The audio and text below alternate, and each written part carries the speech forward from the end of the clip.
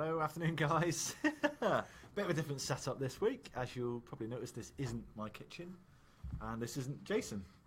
He's over there. I'm here. This is the ever capable Mr. Mike Turner. How you doing? He's king of networking. Thank you. What do they build you up for a fall? Thank you very much. Exactly. Yeah, no. Good to be here. That's what we're here for. Yeah, as always, guys, we are live on Facebook, as you know. Hello. Please do leave any questions in the thread. We will always pick up with a Q&A at the end. We'll do our little live recording first. Hello to Rob, who's just joined us. Dear. So yeah, we're here in your office, Mike, aren't we? Yeah, well, yeah. My office, we're in the Thrive Hub in the centre of Plymouth. So, yeah, had a meeting all morning. It's been fun. It's been good, really good. Yeah, here in the boardroom, which you can't see the rest of, but it's all that way down the table. And yeah, it's been good. Ideal. So, are we ready to go live? Let's do that. No, normally, at this point, I would just lean forward and click a button, but my laptop is far too far away, so I'm going to have to actually get up and physically do this. So, back in a minute.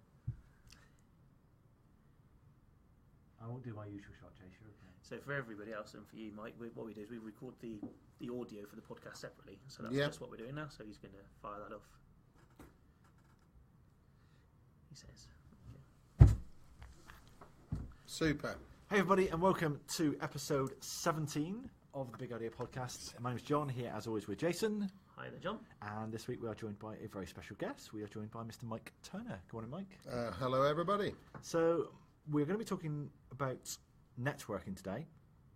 And when I first mentioned to a member of my mastermind group last year that I wanted to get more into networking, I wanted to do more talking to people, more getting the word out there and actually talking to real people, because having run a digital business for, 17 years, there was very little of actual talking to real people that I did. And I heard time and time again, you need to speak to Mike Turner. He is the king of networking in Plymouth. So you know some dodgy people.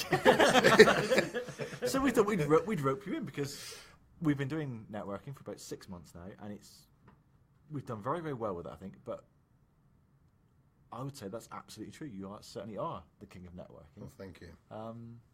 Perfect example, I think, is when we first met you in the office here and we went to lunch. Oh, yeah, my God, yeah. Well, yeah. What's that, about 100 yards from here? Yeah. And how many people did we meet on the way? Probably about 5 or 6. Yeah. You thought that I'd set it up, if I remember right. Just everyone walked along us. Hi, Mike. Oh, hi, Mike. Oh, good to see you, you know. It was like one of those Hollywood movies, wasn't it? Yeah. It was this is Groundhog Day. It was, yeah. So, how did you get into network? How did you become the king of networking in Plymouth? Because you're not even from Plymouth, are you? Well, no, I don't know that I'm the king of networking in Plymouth, but thank you very much for calling me that. I got involved in networking in Plymouth, quite purely and simply. I moved back here about very nearly 4 years ago, 4 years in July. And when I first moved back, I had no intention whatsoever, specifically of doing business in Plymouth. My business was in London. I was quite happy running backwards and forwards to London every couple of weeks on the train until the railway line broke. You remember, all of a sudden we were cut off from the rest of the world by virtue of the railway line. And it made me rethink a little bit about where I was doing business and how I was doing business. So I had already been running a thing in London called the 6 o'clock Club. I started 4 years ago, January 2013. And the 6 o'clock Club was set up just to give me an excuse to go for a beer after work in London. It's not strictly true, but it was certainly set up just to have a regular meeting place for primarily independent business owners in London on a monthly basis. So I've been doing that in London, and then obviously my lifeline to London cut off. But I thought, well, I know what I'll do. I need to meet some people here in Plymouth. And I worked on the principle very simply that if you want to meet a large number of people locally, it's actually better to throw your own party than it is to go to somebody else's. When you go to somebody else's gig, you might speak to 2 or 3 people around you. If you're really unlucky, you're going to get caught in a corner and you can't get away, and you'll speak to one person all evening or all morning. And the beauty of hosting your own networking event is you get to meet lots of people. So that was it. So hence the 6 o'clock Club in Plymouth. We started on the 6th of the 6th at 6 o'clock in the evening, and 6 people turned up. Just sort of anybody out there that's into devil worship, this is exactly what networking is all about. So yeah, we started on the 6th of June 2014 with 6 people. The following month we had, I think, about 16 people. It clashed with a football match, but we still managed to get about 16 people, most of whom had come for the big screen in the bar that we were in. But and we've grown from there, and we've grown combination of things, organically. So people coming and thinking, hey, this is fun, and then telling their mates. We have used social media a lot, but then that's a given, so, seeing as that's the business I'm in. And we've grown, I think, primarily because we offer something that is unique in Plymouth. Nobody else has done that after-work networking thing that we do with the 6 o'clock club. So that's been it. So yeah, here we are, 3.5 years on in Plymouth. Is it 3.5 years, roughly? 3 years on. Sorry, 3 years on in Plymouth, and we now regularly get about 60 or 70 people a month to our group at the Refectory Bar in Plymouth, and we've just recently set up a group in Tor Point as well. We had 28 people turn up for the first one. Excellent. Which is good, and we're branching out from there. We're now doing a breakfast next month. We're doing other events as well, but that's been it. So yeah, how did I get involved? Primarily out of necessity. I needed to meet people. I didn't know anybody in Plymouth when I started, literally. My parents, my sister, that was it. And I needed to get to meet people. It's interesting because most people would have just said, "Well, I'll go along to BNI or I'll go along to some prick." Because I am the newbie here. I've not. You're not from the area. You've literally come in. Most people would say, "Well, what's existing? What can I tag along to?" So to actually say, let's say I'm going to throw my own party. Hats off to you. Oh, thank you. But I did a lot of other people's stuff as well. So it wasn't just about I'll do my own thing and nothing else. Chamber of Commerce, has helped. Other networking groups, breakfast networking groups, that I've joined along the way as well. So there's still a certain amount of that. Big thing. I mean, it's funny you mentioned BNI. In BNI, the principle of BNI, this whole thing about givers gain, is something that is very dear to my heart, despite never having actually been a member of BNI. And I do think you have to give, and this is, it's a fundamental part of networking. If you're going to make a success of networking, you have to go out with an attitude of giving, rather than, going networking thinking, what can I get? Thinking what you can get out of it is very short-sighted. If that's the attitude you go with, you're not going to get very much, to be honest.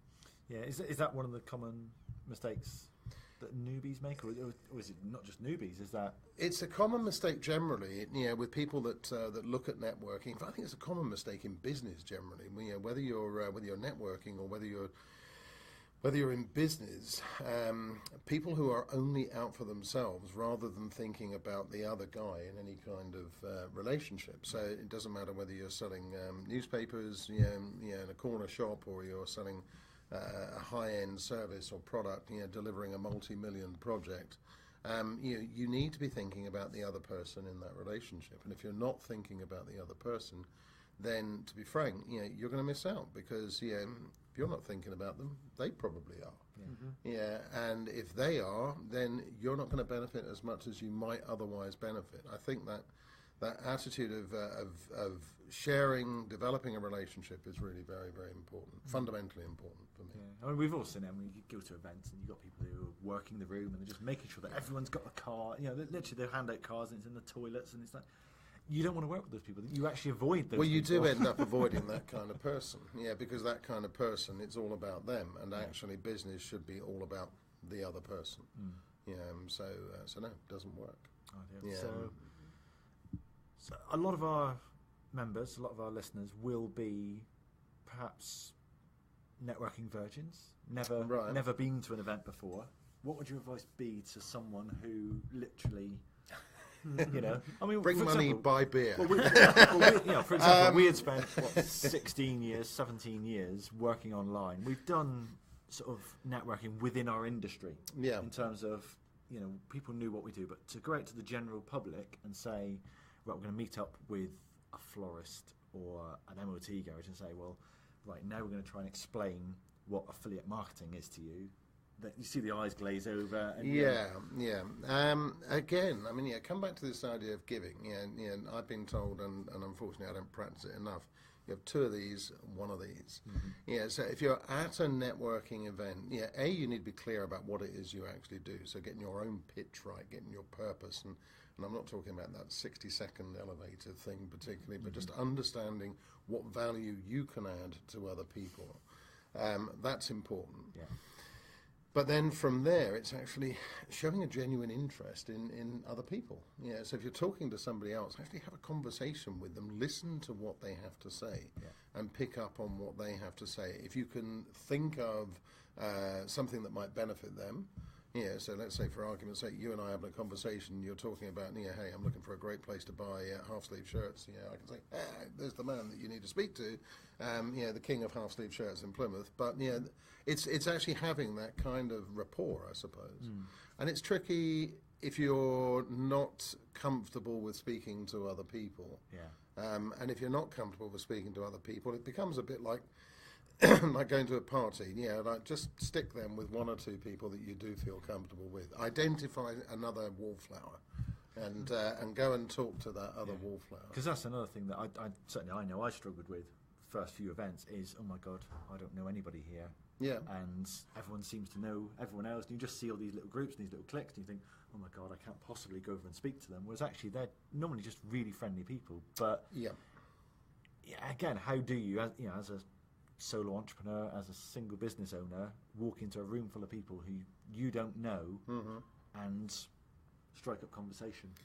There's a certain amount of taking a plunge. I mean, you're going to have to do that. And I still, now, people, look at me and go, oh my God, Mike, you go networking, you must be able to do all of this all the time. I was in London just a couple of months ago at an event where I knew two other people out of about 70 or 80 people, and it was really obvious that a lot of them knew each other. But, then it is just a question of, hi, this is me, so understand your own pitch. My name's Mike, this is what I do. What's your name? It's not, it's not rocket science. Is that something that just comes with practice, do you think? It is practice, and you do have to take the plunge. There is a point where you have to make the commitment and go for it. It's going back to the fear episode, isn't it? Jumping out of that. Coming out of your comfort zone and the go first principle that you kind of subscribed to recently, and that's kind of making sure you're the first person to go. If you want to smile from somebody, then smile at them first, and they will smile back. It's absolutely that, and being able to go up and say, "Hi, Mike, I'm Jason," before waiting for other people to come to you, because other people in the room, I guess, are in that same situation as well. They're also holding back, not wanting to go up to say hello to anybody because that's out of their comfort zone. So just being that person first to be able to break the ice often gets you the results that you're looking for. In any given situation. I mean, we had a 6 o'clock club last week, didn't we? You guys came along to, and there were people there that had come for the first time. And in that kind of situation, I try and make a point. But I know now, I'm confident that there are other people there that will make a point of going and saying hello to those people. But there's nothing better, I don't think, than being the first one. Be the one that instigates the conversation. And we're all capable of that. Despite the fear, and I know that fear is a huge barrier. But we're all capable of being the first one. I remember there was some survey, I think we talked about in a previous podcast, where people were asked about networking and fear. And they were asked something along the lines of, is the fear of networking for you worse than it is for other people? And 90% of people said, yes, it's worse for me than it is for anyone else. And that can't physically be true. I mean, no, it can't be true. And I think we're sort of, we're looking at another area here, that whole thing with fear, because, your fear, your greatest fears are probably different from my greatest fears. And overcoming fear, the very first thing to do is take that first step. To be quite frank, you do have to boldly go. And it's no different in a networking environment. The first step was actually turning up. So you've overcome a few. You might not have made it for the first few months, thinking, "Oh, I don't want to go there. I don't want to go." And then when you walk into the room, you've overcome that first major hurdle. You've actually turned up, haven't you? So that's a good place. So then, actually, I managed that bit. So it's like the next bit is just speaking to somebody. Yeah, I can still remember my very first sort of networking event, as in sort of an event that was organised as a networking event that I went to. I was still on crutches following an accident. I had to get a cab to a pub, about 10 miles away from where I lived. I turned up there. I didn't know who I was going to meet. I didn't have a clue, other than I was going to walk into this pub and there would be people there who were there for networking. So I don't stroll into the pub. I sort of hobble into the pub like this on crutches, and I identified there's 2 or 3 people here there, obviously, because they were all looking like rabbits in headlights, standing in a corner with glasses. And then I went to the bar, bought a drink, and then realised that now I'm on crutches with a drink, and the networking event was going to be upstairs. Oh, brilliant! So the first thing I actually had to overcome was finding somebody who would take my drink upstairs. So straight away I was forced into a situation where I had to talk to people, and I had to trust in my vulnerability. Yeah, and I think that trust in your own vulnerability and actually appreciating that other people are just as vulnerable as you, that worked. So the beer went upstairs. I actually found somebody that would ferry me beers. 3 more, 5 more. Yeah. Exactly. So a few more during the course of the evening. But that made a huge difference. Actually trusting in my vulnerability helped me to overcome that fear. But also, I had something very similar. Last week, actually, I went to a brand new event and hadn't been there before. I know you'd been there the previous month, John, but I hadn't been there before, so I didn't really know anybody there. So when you go in, you kind of got to put your number plate into the machine to say that you've arrived, kind of thing. And of course, I didn't know what a number plate was. And this woman beside me said, "Oh yeah, I wrote mine down," and she got hers out and done hers. It's like, I've got it on the camera. Let's pick that up. And she said, "Oh, you come in for this meeting?" I said, "Yeah, I am. Yeah." And she said, "Oh, do you know where you're going?" I said, "No, I'll follow you." So then it was kind of automatically icebreaker because we were both went the same place. And she said, "I might be taking you on the wrong path because it might be a different room this week." But it was really good. So we managed to break the ice outside of the room, taking somebody in that actually I kind of known. So that's another option. Is like, "Oh, are you going to the 6 o'clock club? Oh, it's upstairs, isn't it? Is that right?" And just kind of following them along really, and then you're walking into a room with somebody else. You'll soon get a reputation though, hanging around outside. I think I've already got that reputation. But there's two good examples there of a complete icebreaker, which isn't what do you do. Yeah, really important. Because that's the initial. I mean, the first one we went to, the first 6 o'clock club, we were the rabbits in headlights. And as soon as someone said, "What do you do?" we looked at each other like, "Oh, what do we do? Right, okay, well," and then you try and rattle off this elevator pitch that you've memorised, which isn't, "Well, we do this and we do that," and there's a 10-minute version of what we do, which normally involves salt and pepper pots and all sorts of things being moved around to demonstrate what we do, and then there's the 5-second version where people go, "So what, you build websites?" It's like, no, we don't build websites. Oh, no, I don't get it. But does this not come back to that whole idea of pitch or understanding the purpose, the hole that you fill in somebody else's life? And I think when you can enunciate that, when you can actually say, right, well, this is what I do, in just a few words, literally, no more than about 8 or 10 words, which you guys could do. Oh, absolutely. Yeah. I know you can do it. We have conversations, and it comes back to this is the little thing. There's 2 pages of me attempting. Yeah, but that 2 pages is actually only 8 or 10 words when you really nail it down. Yeah. Yeah, and certainly, I'm able to do that. It then requires further explanation, but at least you can say at the beginning, this is what we do.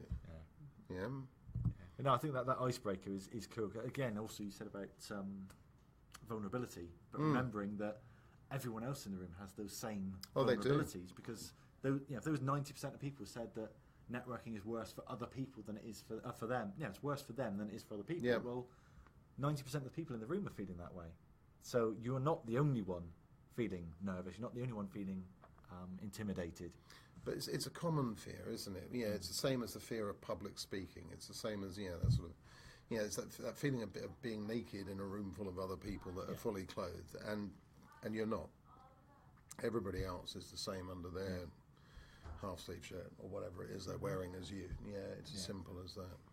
So my thinking is always go for it. Yeah. What's the worst that can happen? Well, exactly. I mean, we've never had anyone sort of turn their back on us or say, no, don't want to speak to you. I have a story. I have a story about that, but I don't know that this is the right place to say it. Yeah, because I could upset a lot of people of a certain nationality not too far away from here with that story. But no, I've had, well, let's remove the names to protect the innocent then. Well, no. It's not a question of removing the name. It's removing the. It becomes a very complicated story, and it revolves around the fact that I now live in Cornwall, but apparently at the wrong end of Cornwall. And we'll keep it at that for the moment. Oh, you're at the Devon end. I am at the Devon end of Cornwall. Yeah, we have a PL postcode, which never goes down too well in Cornwall, really. So we haven't got too many listeners in Cornwall. It's all right. Really? They haven't got internet yet. Actually, they've got really fast internet everywhere other than the Devon end. That is quite deliberate, I think. Yeah, I think so. It means that they can talk to themselves down there quite happily. I was listening to Tim Ferriss once, and he was talking about how you approach as a single person, how you approach, say, a group of people who are talking, because you often, it's easy to look around a room and say, oh, there's someone unknown over there, smile, make eye contact, go over, we'll talk to them. But with a group, you almost feel like, oh, I don't want to interrupt them. Oh, there is a classic thing for this. I mean, we almost need to be stood up to be able to do this. But I mean, there's, and this comes down to body language. Okay. Yeah, it's as simple as that. In fact, I'll give you another little hint as well in a minute.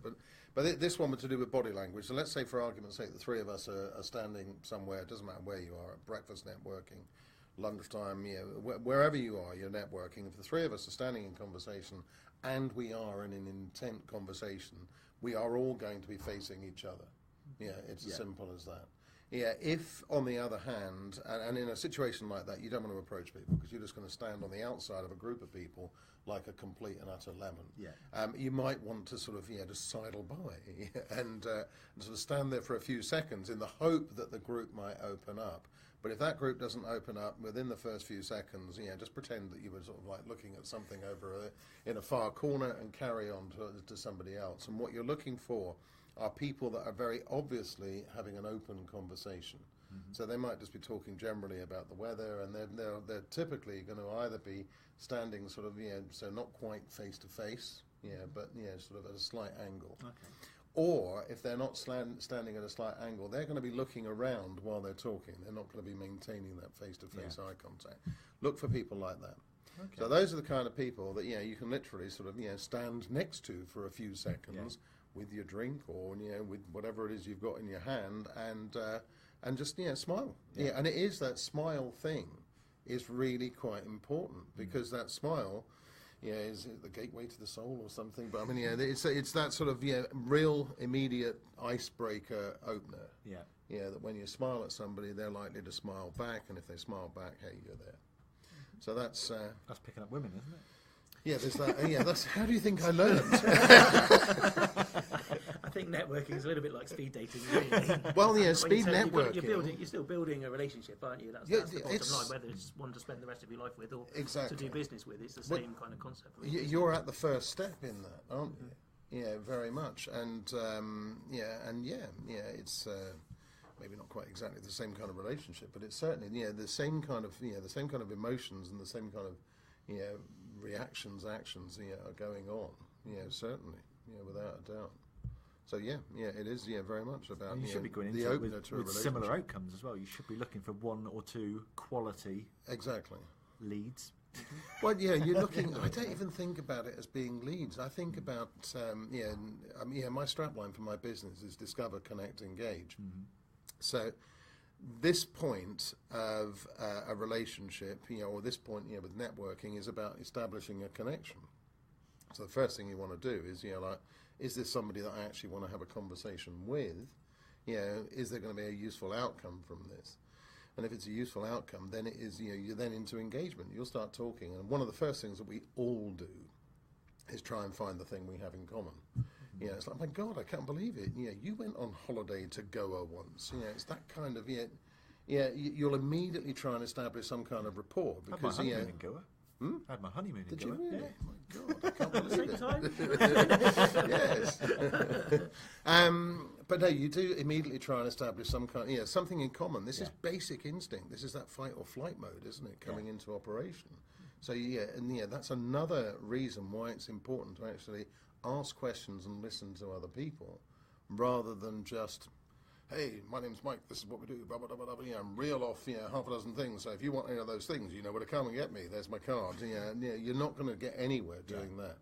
You actually want to establish what common ground do we have. So what's some of the worst things you've seen out of networking in terms of the standard littering people with business cards? Well, it is that. It's entirely that. It's people coming in and just storming through an event and my name's Mike, here's my card. My name's Mike, here's my card.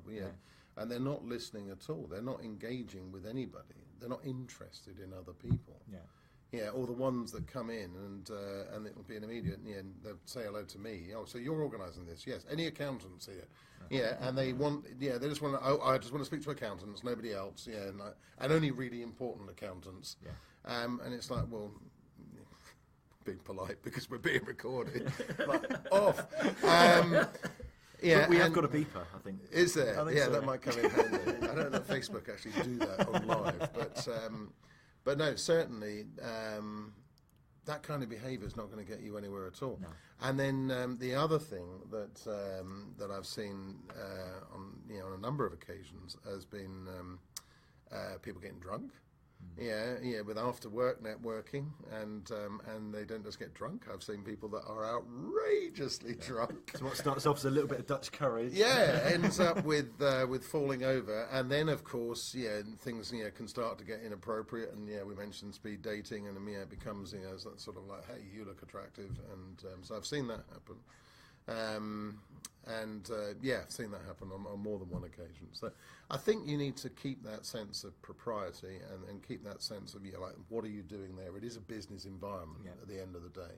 And it's great going out after work drinks, and I'm as guilty as anybody of having one too many after work drinks. But you need to keep that sense of what you're doing. What's the objective of actually being there? As you say, you are there representing your company, aren't Absolutely you? And it doesn't matter whether you're a business of one or a business of 1,000. You are representing that business and what it is that you do, so it's important. I was trying to think earlier, there was I'm sure it was Dale Carnegie talking about the listening, and I'm sure it was him that said, if you want to be interesting, be interested. Great quote. There's an example, I think it was someone who was an experiment they did on an aeroplane, and they sat somebody next to sort of 3 random people on this flight, and they had to score them on how interesting they were.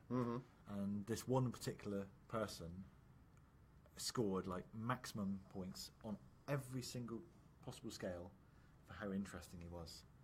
And so they asked these people afterwards, why was he so interesting? Oh, he was a really nice guy, he was fantastic. Okay, so where does he live? Oh, I don't know. What does he do? I've heard the story, I'm not sure actually. How many children has he got? I don't know, because he didn't give any information out about himself at all. He just listened the whole time. He may have empathised with at certain points. He may have said, I've got a similar situation. But most people can't wait to dive in there with I went to go once. I went on my honeymoon. It was great. We had a cruise, and we went to the Seychelles, and we went to Kenya. It was great, that was lovely, I also went to... I've been there too. Oh, it's brilliant. I'm trying to actually have a conversation here. So many people are willing to just take over the conversation, aren't they? I mean, they do. Sometimes that's nerves. So sometimes it's a nervous reaction. You'll just sort of, come out with stuff, constantly, and you can't be stopped. But, in those sort of circumstances, I think take a deep breath. And again, remember why you're there. It helps. Certainly. Definitely. So that's some of the bad things. What about the good things? So what have you seen done really well? Who's a really good networker? Good networker? God almighty. Well, I'll tell you what, who's a good networker that necessarily shouldn't be? Perhaps they're not a natural... I can't say things like this. This is going to be recorded. You don't need to name names, but no. Have I seen? I've seen plenty of examples of good networking. Good networking tends to be people who listen. Good networking tends to be, again, people who make introductions. So they'll actually welcome people into. So go back to that situation, sort of 2-3 people in a group. A good networker will welcome somebody in, and they will also introduce that person to everybody else who's there. And here's a tip, actually: if you forget somebody's name, which I do quite often, and me, okay. This is a good tip. So let's say we're going to pretend for argument's sake here, I can't remember who this is. Yeah. So and I know that I'm talking to John, and I say, John, this is, what's your name again? And you say, Jason. No, your surname. Very good. And it works, believe me. I have done that on so many occasions. Well, it did work. You've now put it out there publicly. Well, that's exactly you use. So but that's something that you have to do. I mean, I wish that that when I was younger, I'd gone on one of these memory courses, where you sort of pick up the fact that Jason, wears glasses and like sweeps his hair to one side or whatever. That you actually remember things. They call it mnemonics, isn't it? That thing where you sort of remember that sequence of things this must be Jason Brockman because he fits the bill to this thing that I remember. Have you never heard of that? I've not heard of that. No. We should all go away and study this. I'll tell you because This does make a difference, when you can meet somebody and recollect the last time you met them.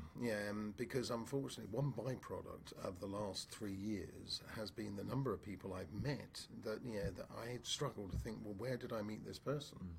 Because in what context? Where was it? What because about? When you see somebody out of context, or they have their hair differently, or they're wearing, I don't know, bright orange when they always used to wear bright blue, or whatever it happens to be, then it does become a struggle.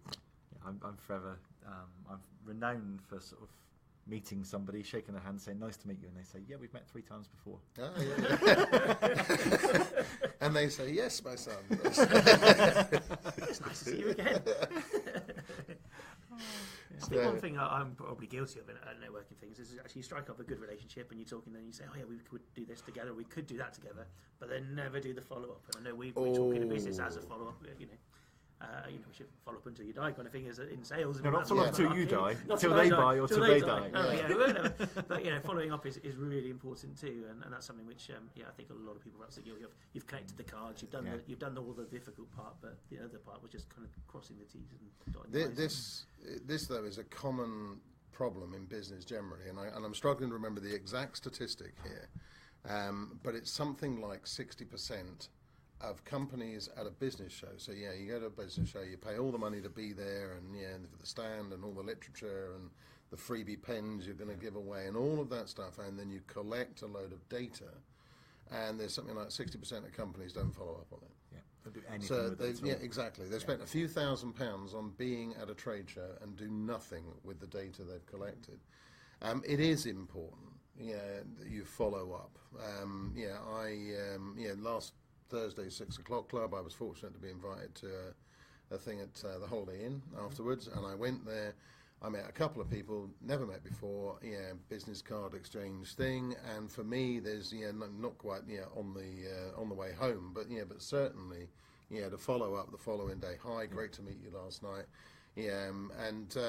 And if that's all there is, then great to meet you last night. But if there is any kind of follow up, then how about a coffee? How about a phone call? Or give something away? If you were talking, I don't know, on a specific subject, actually send them a link to something. Hey, I was thinking of you, and you might be interested in this. That's a great way to carry on a conversation. And it's also a good really way to reaffirm who that person is and what they do. Because it reminds yourself, and you've got a physical copy. But then if you email someone, saying, it's great to meet you. I know we talked briefly about X, Y, Z.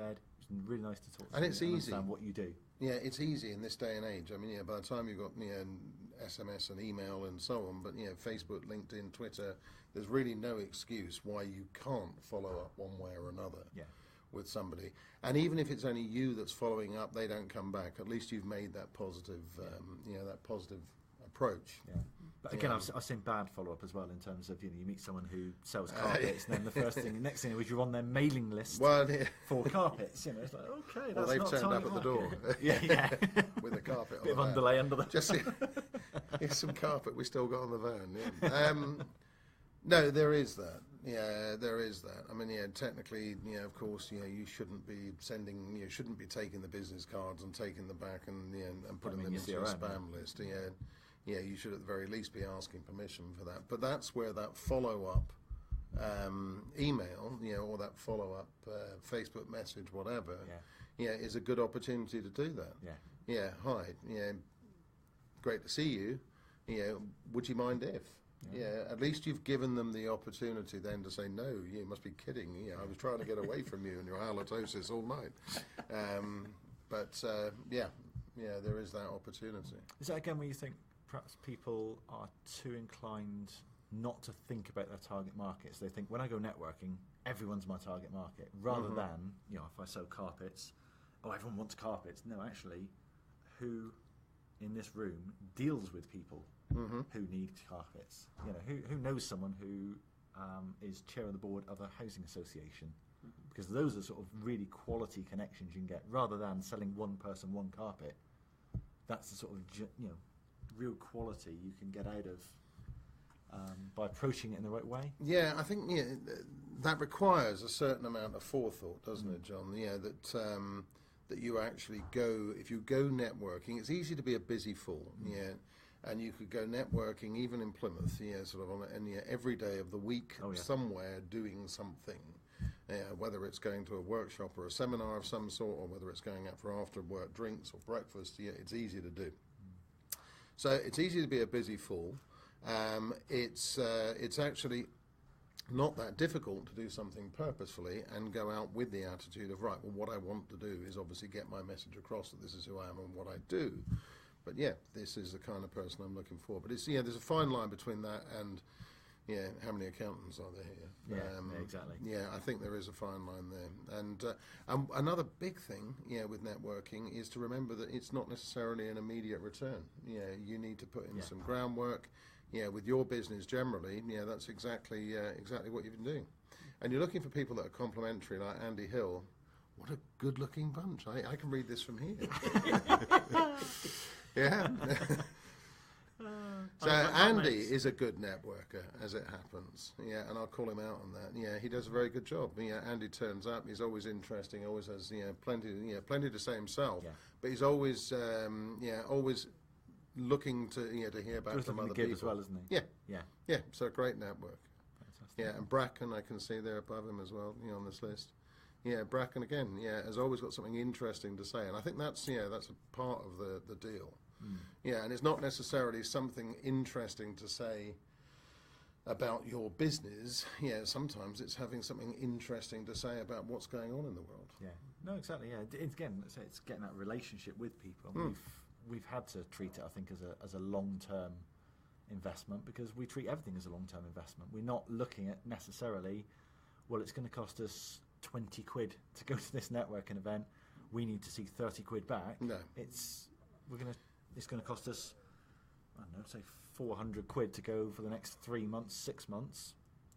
Can we get one or two quality contacts out of that, which long-term could pay £10,000? No, exactly. I mean, for my part,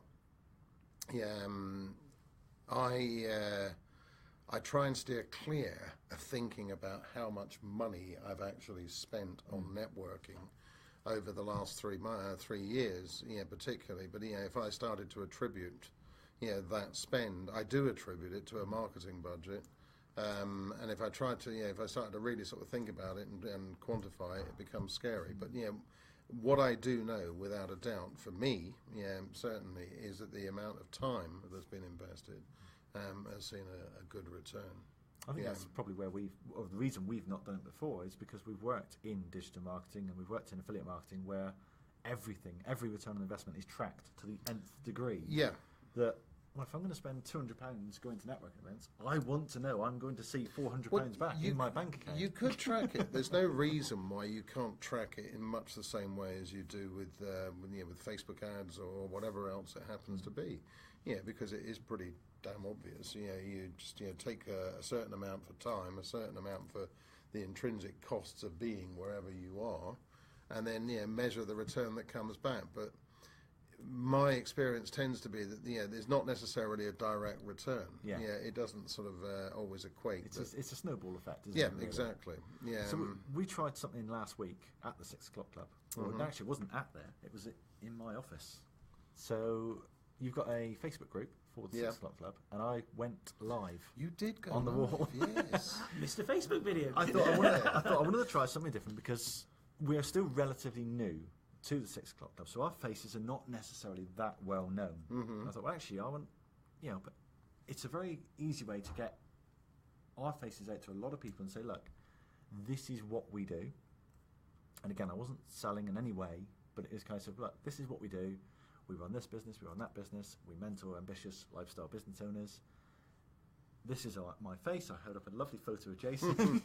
Yeah. Because he wasn't in the room. Exactly. And so I said, look, if you I was concerned you had one of those on your desk, actually. I've got one for you when we finish today. Oh, thank you. Yeah. It'll have pride of place in my drawer. You can put it above the fire, keep the kids away, But yeah, it was just, I went live on Facebook and I thought, well, look, literally it would just be, this is what we do. If you want to come and chat to us, we're going to be there. It's about 2 hours before the event. We're going to be there tonight. Come and have a chat with us. I walked in the door and the first comment I had was, you're Mr. Facebook Live. Yeah. And I was like, well, that's worked. No.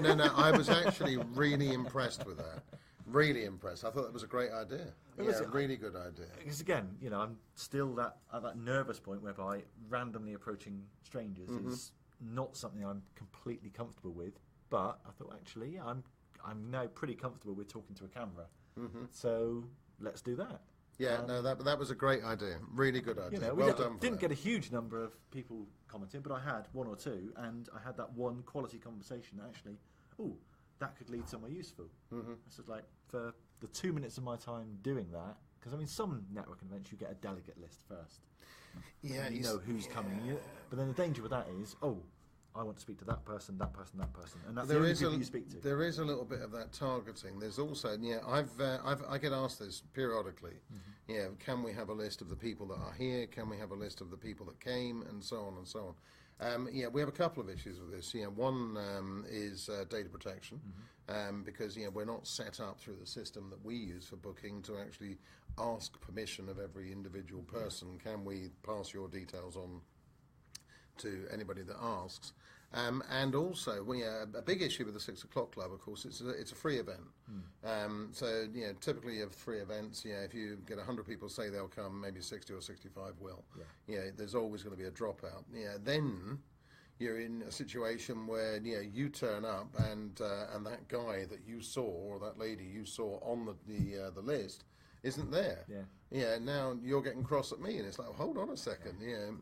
But those are issues, and ironically, an issue that we're looking to address going forward with the 6 o'clock club.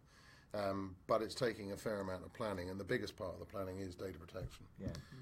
Because the last thing that anybody wants is to suddenly find themselves deluged with email or spam of one kind or another, the result of having been at a networking event. No, we've had that.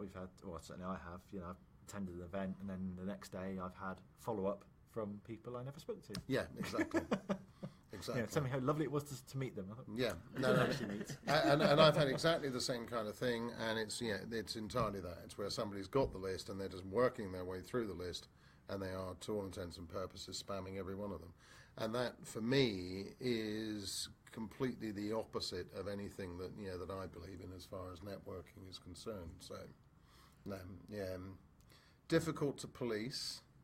But it's certainly something that I would want to avoid. Yeah, definitely.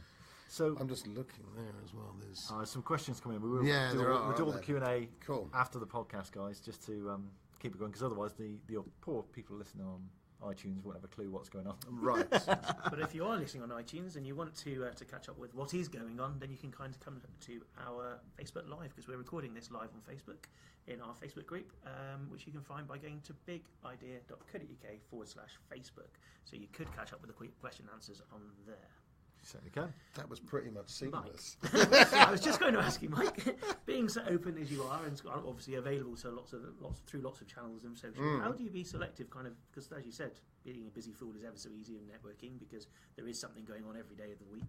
How do you be selective about that? Because you could fill your time going to lots of networking groups and business things. And I'm guessing you couldn't afford to do that from a business point of view. Okay, so selective in terms of which events or which networking events do I attend? Right. Well, so right at the very beginning, I I've sort of got two different time frames to this, because right at the very beginning, when I first started networking, which was about 12 years ago, the first time I went to a sort of organised networking event, what I did realise, ironically, was that I'd been doing this networking thing all of my life without really appreciating it, because I was in the clothing business. We used to have regular trade shows, and every one of those trade shows, of course, you'd get talking to loads of people that were at a trade show. I had been doing it, but in that informal way. When I first started doing formal networking, I went to lots of events. It doesn't take a long time to actually realise which ones work best for you in terms of not just how many business cards did you come back with, but which ones did I feel good at being at? And which ones am I getting something out of? So I think there's a fair amount of trial and error to start off with. I subscribed to my mentor. Came up with the sort of, well, not even a theory, because I subscribe to this particularly, I think it works in practice, that the way business used to be done was close, selective and controlling. So you played your cards close to your chest, you were very picky about who you had conversations with, let alone did business with, and then you, in any given environment, would want to be controlling. So you'd want to come out on top of any relationship in business. And that the internet is forcing us as a society to be completely the opposite. So now, because everything is out in the world, not even Donald Trump can hide tweets because somebody has screenshotted that straight away. So the internet is forcing us to be open and transparent in our business. It's actually forcing us to accept random connections. And coming back to this thing about the carpets, contract carpets, a random connection could be you're talking to somebody who is the wife, husband, best mate of somebody that can really help you. And those random connections actually, in my experience over the last 10 or 12 years, have been some of the best things that have happened to me in my business. And the other part is being supportive. So the supportive part of it is actually collaborating with other people. But come back to that business about the networking events that you attend. I think you have to go and try a large number, and then ultimately you will find the ones or the type of event that suits you best. I probably don't go to as many events now as I did 3 years ago. The kind of events that I go to still vary. I do go to breakfast networking events. I don't tend to do a lot during the day because my business keeps me busy during the day. So during the day, I would want to go to something, perhaps a bigger event, something that has additional value to it. So whether it's a trade show, whether it's a lunch with speakers, whether it's I'm off to something on Wednesday to do with Mayflower, and this is a sort of a community event of businesses getting together to make a difference for the fact that the Mayflower celebrations are happening in 3 years' time. So I would daytime typically I go to events like that. After work, is sort of let your hair down a little bit. So maybe it is after work drinks. Sometimes it's a meal. One of the best things I go to in Plymouth, for instance, after work is at City College. Who run an event about 6-7 times a year, and it's a networking stand-up chat, sit-down dinner, good speaker who has something interesting to say about the city, and that's a good event. So I think you need to try a few. What's it they say? You have to kiss a load of frogs before you find a prince. And you get a gut feeling, don't you? You do, you do. There are people that have come to the 6 o'clock club, even for instance. That I can think of one person in particular, 2 people that were there at the very first one, who still come now regularly, nearly 3 years on. But there have been a number of people, quite a large number of people, who have come, maybe come a few times, or maybe even only come once and don't come again. So it's not for everybody. There's no one size fits all. Okay. And how do you turn down the frogs? whether that's in the at a networking event, or whether that's actually you've had an invitation. How do you kind of turn down that invitation? Turn down the invitation. I mean, it's easy to turn down invitations to things if you're busy. Generally, I think that's just how you have to be. When when you get caught with somebody at a networking event, that was the better one, but I was trying to get you an out. When you're caught in that kind of situation, you can either be really naughty and introduce that person to somebody else. Yes. That's one way of doing it. You can always excuse yourself to go to the loo and never come back. Is another way of doing it. I tend to tell people that what they've had to say has been really interesting. Thank you. And one thing I will do with people is say, look, I don't want to monopolise your time. Mm-hmm. You really, you're here to network with people. You should go and speak to others. Mm-hmm. So I do. It's just a question of one way or another, and that's probably the fairest way of doing it, isn't it? Is to tell people you don't want to monopolise their time. Is that? I don't think I've ever said that to either of you. No. So what would be? Because again, ending a conversation is a little bit difficult, or certainly I found it difficult, is that once you're engaged in a conversation, I found it very rude to go, I'm looking over there now. I found someone I want to speak to. I've enjoyed speaking to you, but I now want to go and speak to him over there. But that is a good closer.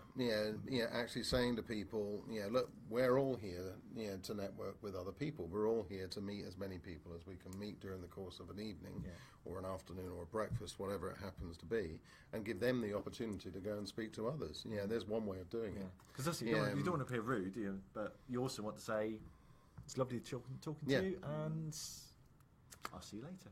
Well, no. You see, you don't do the "I'll see you later." That's a bit like Chandler in Friends. Who can't. Because for those of you who don't remember, Chandler in Friends had this dreadful habit of saying that was really great. We must do lunch sometime. Because you don't want to say that if you don't mean it. Be true. I mean, really. That's like fundamental. Is actually honesty is the best policy. You can let people down kindly, but don't under any circumstances tell somebody you don't want to see again, hey, let's do this again tomorrow. So avoid that one. Cool. Well, we must do this again sometime. Let's do lunch. Oh dear. So, super. Is there any parting gifts that you would give to anyone who's a complete newbie and thinking, well, if I have to choose my first event, obviously they're probably, let's assume they're not Plymouth based, so it's not going to be the 6 o'clock club. I think if it's your first event, I mean, if possible, go with somebody else, but once you're there, split up. Mm-hmm. I have, on God knows how many occasions, split people up who have come with a friend. We don't do very well. Exactly. We went together, Yeah, the two of you come together, joined at the hip, and don't want to be more than 3 feet apart when you come to the 6 o'clock club.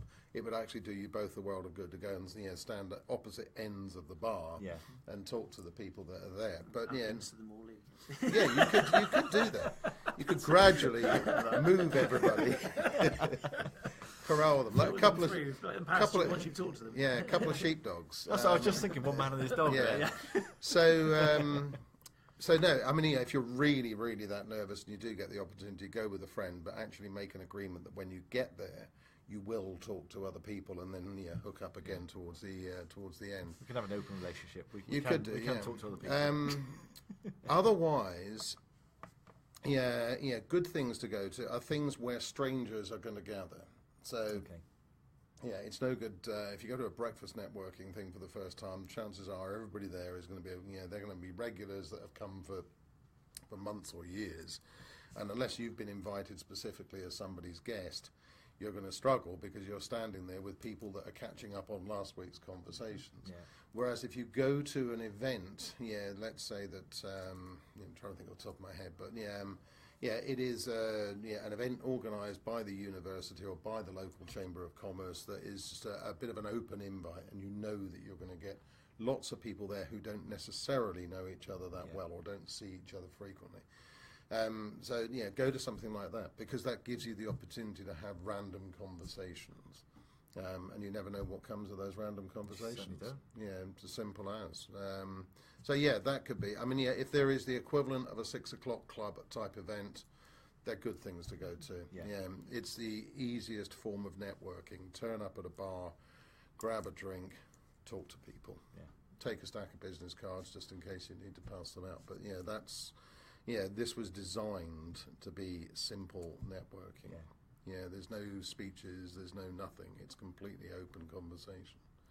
Is there a good place to find out? Because obviously we're in Plymouth. These things. But is there a good place online that they online? Two very, very good places. Again, the 6 o'clock club. When I first started it, I started it as a meetup group. You heard of meetup? Yeah. So meetup.com. Brilliant place to see events that are going on local to you. And the other one is Eventbrite. We run all of our events currently through Eventbrite, so eventbrite.com, that's brite.com. And you'll see a whole stack of stuff. In fact, I was looking on there for something else yesterday and saw something going on Wednesday morning that I'm going to go to in Plymouth. So, great places to start. Brilliant, thank you. Excellent. Well, thank you very much for joining us, Mike. Thank you. It's been an absolute pleasure. Really useful. Hopefully the listeners at home have found it useful. We're going to carry on with the live Q&A in the Facebook group now. So as I guess just before we do, we ought to be really courteous and say, so Mike, what do you do? What do we do? In those few words, in the few words, we help businesses grow their business using social media. That's what we do. And then we'll have the 10-minute version, which involves websites and lead funnels and God knows what else. But no, that's what we do. We help people with their social media. In fact, the bit I love best is coaching individuals with their social media. So, and you do that through Tin Digital? tindigital.com, and otherwise on Facebook you'll find us as Super Socialise Me. Awesome. And we'll drop links to those both in our show notes. Thank you very much. Thank you very much. It's been an absolute pleasure. I do. Show notes will be at bigodea.co.uk/podcast. Well done, mate. We only give out 2 links on this podcast, and I always get them the wrong way around. So, there you go. So, thank you for joining us on the podcast this week, guys. I hope you find that useful. Please keep the conversation going in the Facebook group. We're going to do a live Q&A right now for the Facebook Live viewers. But if you come in there later in the week, we can always ask a question, and we will catch up later in the week. Jason, did you have a tool of the week this week? No, we've done plenty this week. Eventbrite sounds like a fantastic tool. Eventbrite is our tool of the week for this week. So. Thanks for listening, guys, and we'll see you next week. Bye-bye. Bye.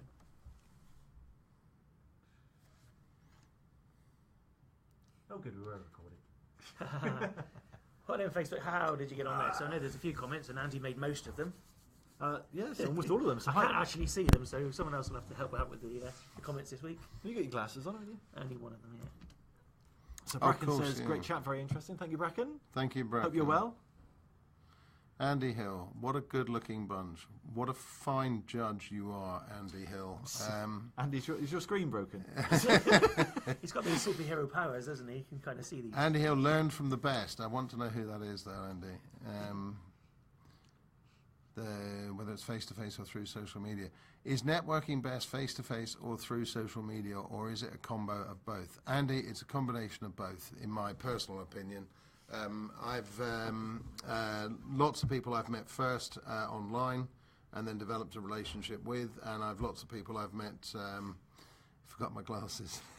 Lots of people I've met face-to-face that that I've carried on the conversation online. I think...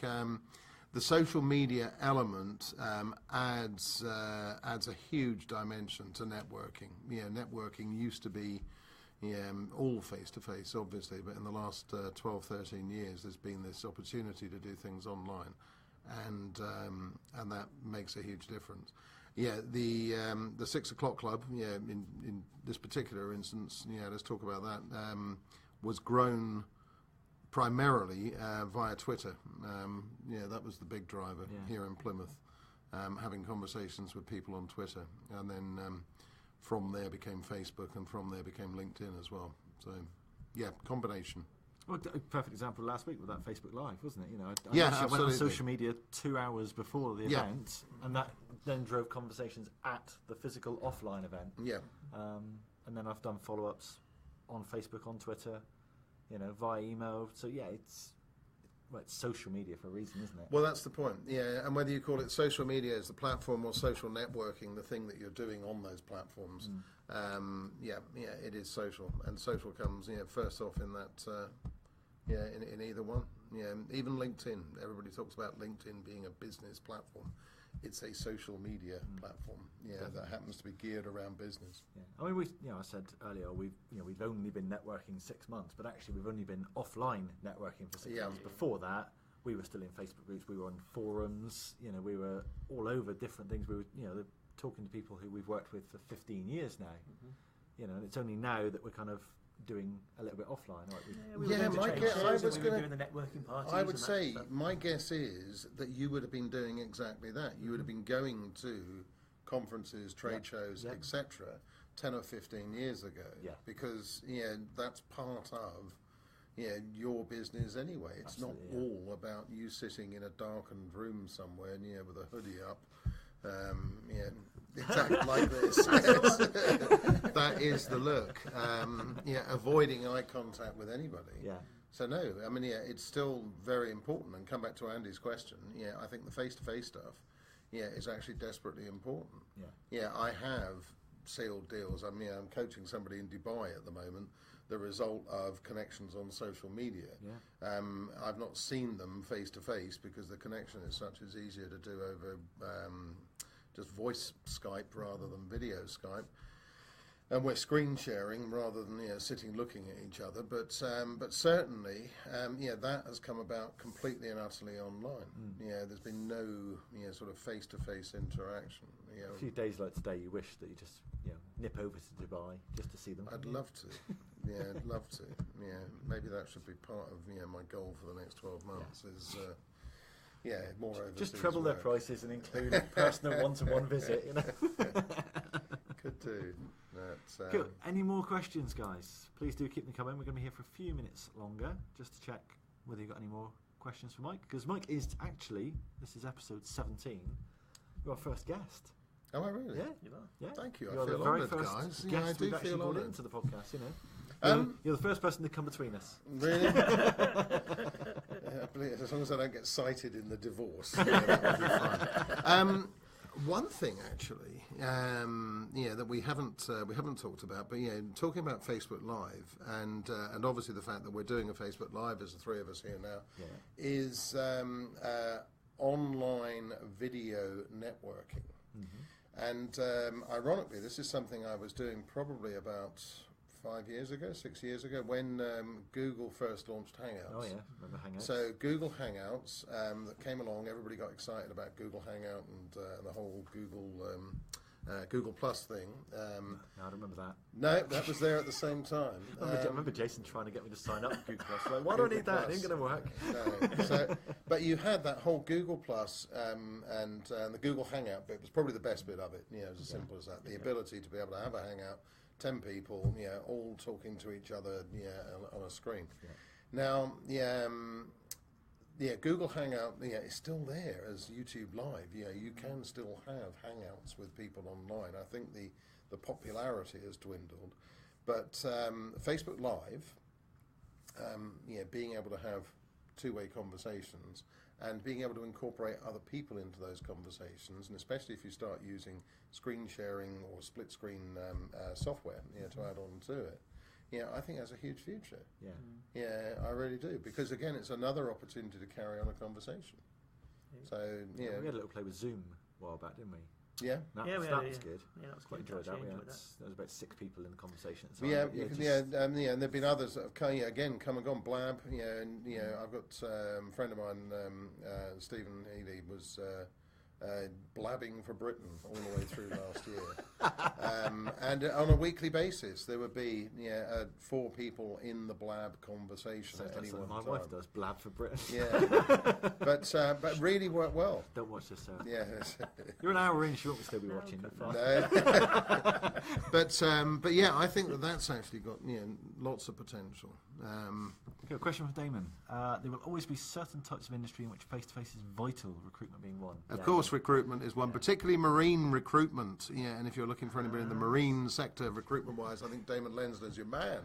But again, with recruitment, you're kissing a lot of frogs, aren't you? So you do need to shake the hands, look them in the eyes. That you do ultimately, but actually recruitment is one of those things that digital was made for. The ability to be able, and with something like Facebook Live, for instance, you can insist. Well, I want you to actually sit down in front of a camera, and record a little piece about why you think you'd be good for the job. Do you think that's going to eliminate people at the beginning? Yeah. And recruitment is all about actually getting rid of the 99.9% of people that you don't want, rather than the one person that you do. So, absolutely. Well, Mel, the customer service lady from our sports betting business, we interviewed her over Skype. Did you? Yeah, we hired her, I think, in June, and we met her for the first time 7 months later. 7 months, yeah.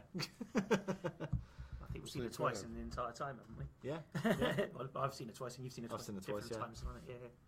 So yes, face to face is still important, but So thanks, guys. Got to go. Yep, things clean, quality cleaning to be done. What are you doing, dicking around on Facebook in the middle of the day? Exactly. Come on.